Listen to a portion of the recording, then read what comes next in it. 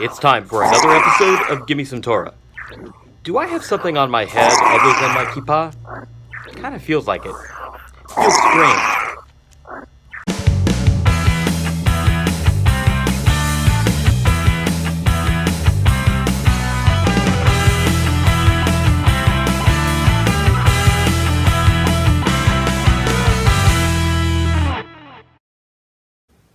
Hey, what's up, everybody? The Torah portion this week is Vayetzei, so let's take a look at Genesis chapter 28, verse 11.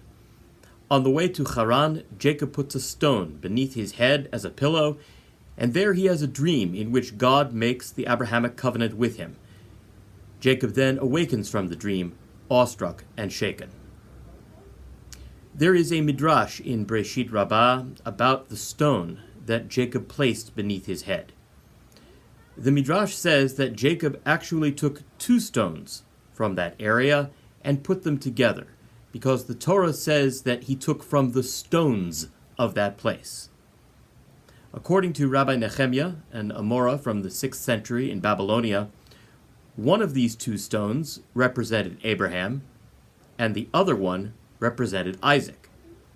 The Midrash says that Jacob prayed to God and said, "My grandfather had wayward descendants, Ishmael and the sons of Keturah. And my father also had evil descendants, namely Esau and his generals. But God, by placing these two stones together, I know that I will not have any evil descendants." Now, while this is a fine prayer, we know that Jacob's hope was not fulfilled. Jacob did have some descendants who committed immoral acts. His son Reuben slept with his own father's concubine, and Shimon and Levi murdered the men of an entire village to avenge the rape of Dinah.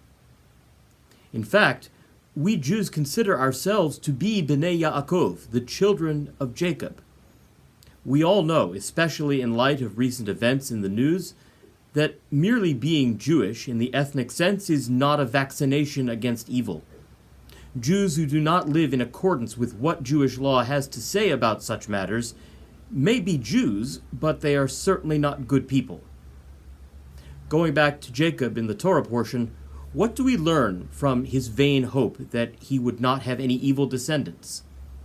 Well, what we learn is that the only person you can really change is yourself.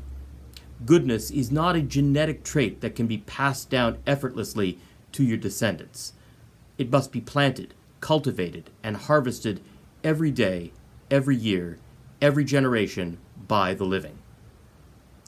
And that's all for now. I'm Rabbi Eli Garfinkel of Temple Bethel in Somerset, New Jersey. Check back soon for another episode of Gimme Some Torah.